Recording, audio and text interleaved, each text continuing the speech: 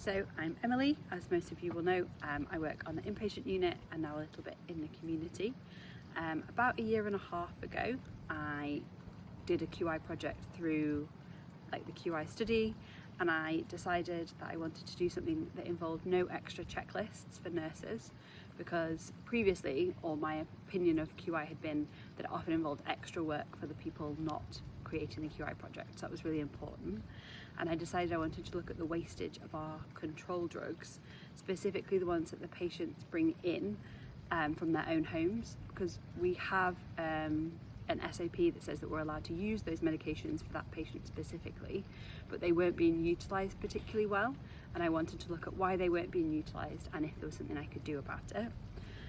So I did basically did a snapshot of what our current wastage was, and then surveyed some of the nurses to find out what they thought were barriers for them using the medication, and one of them is the fact that they're kept in a separate cupboard to the cupboard. So we looked at lots of different ways of making sure that the nurses could have a reminder that that patient had brought in their own medication, and we found that the best way was having a poster on the outside of the control drugs cupboard, so it was really visual for them to be able to see.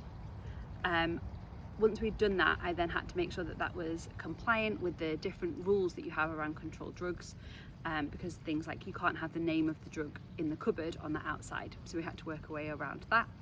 And then we worked on it for a couple of months and then took a snapshot again, and we found at that point that we'd reduced it by around 60% over tablets, liquids, patches and the ampules.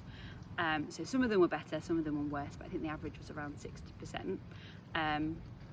From that, I have then done another snapshot a year later to see if this is something that we've sustained, and generally it has been sustained.